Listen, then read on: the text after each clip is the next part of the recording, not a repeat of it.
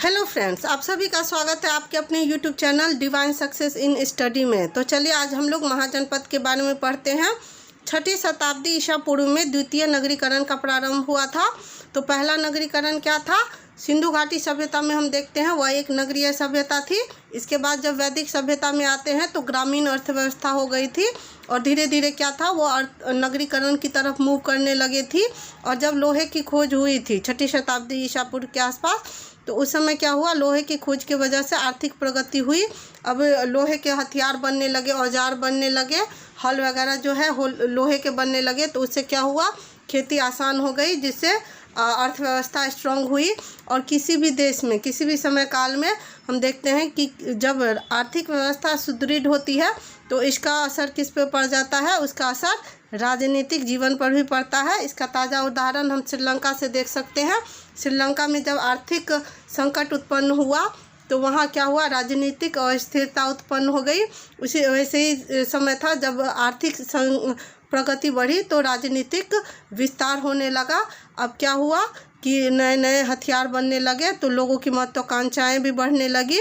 फलतः क्या हुआ, जो है जनपद में बदल गए और जनपद जो थे महाजनपद में बदल गए। अब हम जानते हैं स्रोत के बारे में, क्योंकि कभी भी हम इतिहास में कुछ पढ़ते हैं तो उसका स्रोत बहुत इम्पोर्टेंट हो जाता है। तो इसके मेन दो सोर्स है कि जिसमें 16 महाजनपद के बारे में लिखा गया है। पहला है बौद्ध धर्म का अंगुत्तर निकाय, इसमें 16 महाजनपद की चर्चा मिलती है। और दूसरा ग्रंथ है भगवती सूत्र, जो कि जैन ग्रंथ है और इसमें भी 16 महाजनपद की चर्चा मिलती है। अब प्रश्न उठता है कि इन 16 महाजनपदों की शासन व्यवस्था कैसी थी? तो यहाँ पे दो तरह की शासन व्यवस्था थी।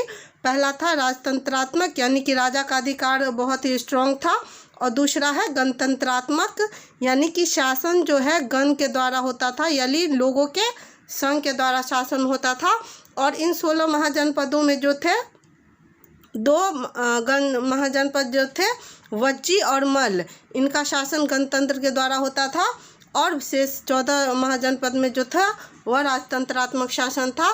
तो चलिए पढ़ते हैं 16 महाजनपद और उनकी राजधानी के बारे में, और वह वर्तमान भारत में वह कहाँ पर स्थित है उसके बारे में भी कभी कभी प्रश्न पूछ लिए जाते हैं, तो उनको भी हम लोग कवर करेंगे। सबसे शक्तिशाली महाजनपद जो था वह था मगध, और मगध की पहली राजधानी राजगृह थी।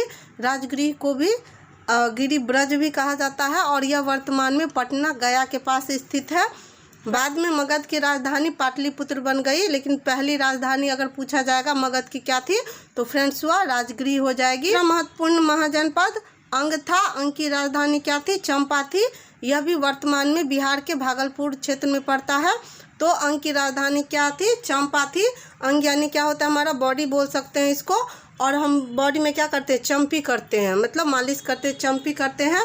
तो इस तरह से भी आप ट्रिक के द्वारा इसको याद कर सकते हैं। तो अंग की राजधानी क्या थी? चंपा थी। तीसरा महाजनपद वज्जी है, जिसकी राजधानी क्या थी? वैशाली थी। और यह वर्तमान में बिहार के मुजफ्फरपुर क्षेत्र में पड़ता है। तिरहुत क्षेत्र भी इसको कहा जाता है। वज्जी जो है विश्व का पहला गणतंत्र था।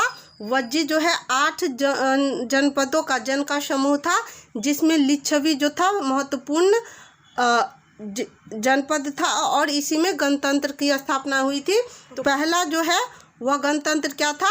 वज्जी था। अब इसको याद रखने के लिए वश वज्जी वश वैशाली इस तरह से भी याद रख सकते हैं। अगला महाजनपद है काशी। काशी की राजधानी क्या थी? वाराणसी थी। अभी यह कहाँ स्थित है? तो उत्तर प्रदेश में स्थित है।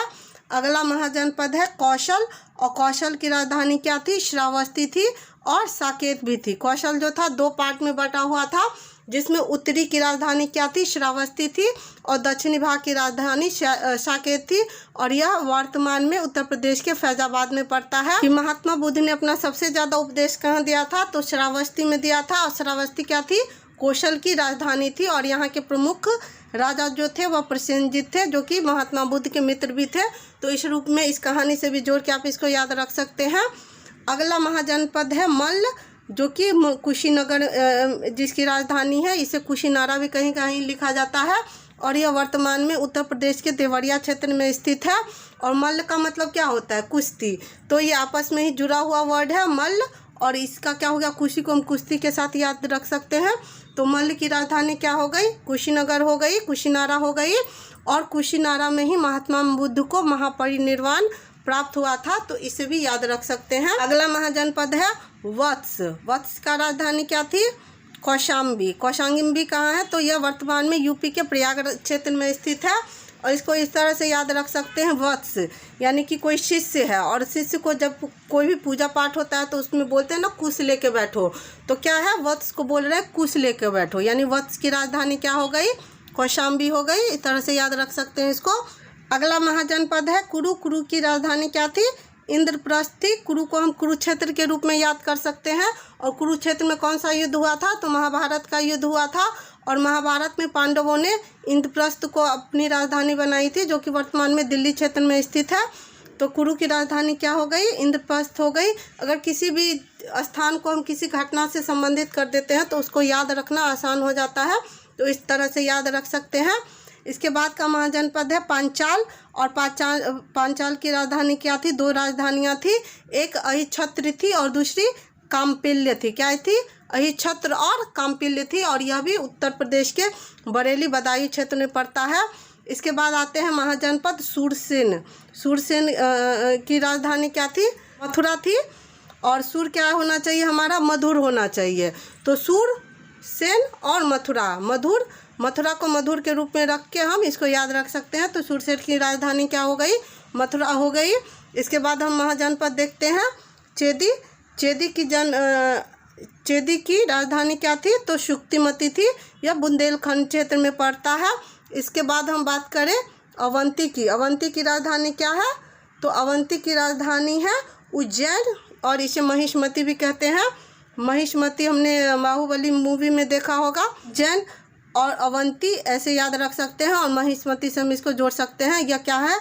महिष्मती कहाँ है? मध्य प्रदेश में है। तो अवंती की राजधानी उज्जैन, महिष्मती जो कि मध्य प्रदेश में है। इस तरह से हम इसको याद रख सकते हैं। इसके बाद का महाजनपद है मत्स्य। और मत्स्य की राजधानी क्या थी? विराटनगर थी। हम देखते हैं कि जब भगवान विष्णु ने मत्स्य अवतार लिया था तो उन्होंने अपने स्वरूप को बहुत विराट कर लिया था, बड़ा कर लिया था। तो इस तरह से हम याद कर सकते हैं। मत्स्य की राजधानी क्या हो गई? विराटनगर, जो कि वर्तमान में जयपुर राजस्थान से क्षेत्र में पड़ता है। अभी बात करते हैं अगले महाजनपद की, जो कि है आंध्र प्रदेश का असमक। असमक जो है गोदावरी क्षेत्र, गोदावरी नदी के तट पर स्थित है, और इसकी राजधानी क्या है? पोटिल या पाटनी भी कहीं कहीं लिखा रहता है। और यह साउथ इंडिया का एकमात्र महाजनपद है, तो इस रूप में भी इसको याद रख सकते हैं। अगले महाजनपद को देखते हैं, जो कि वर्तमान भारतीय क्षेत्र से बाहर है। इसमें पहले स्थान पर है कम्बोज। कम्बोज की राजधानी क्या है? राजपुर या हाटक भी कहा जाता है।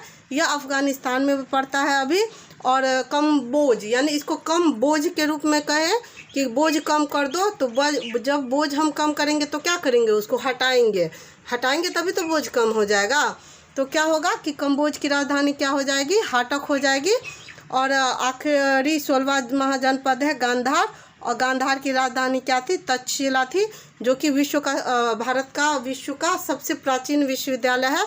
तो इसको इजीली याद रख सकते हैं। और यह वर्तमान में पेशावर और रावलपिंडी क्षेत्र पाकिस्तान में पड़ता है। तो इस तरह हमने 16 महाजनपद को कवर किया। उम्मीद है आपको वीडियो पसंद आया होगा। वीडियो कैसा लगा अपनी प्रतिक्रिया ज़रूर दीजिएगा। Thank you for watching. जय भारत, जय हिंद।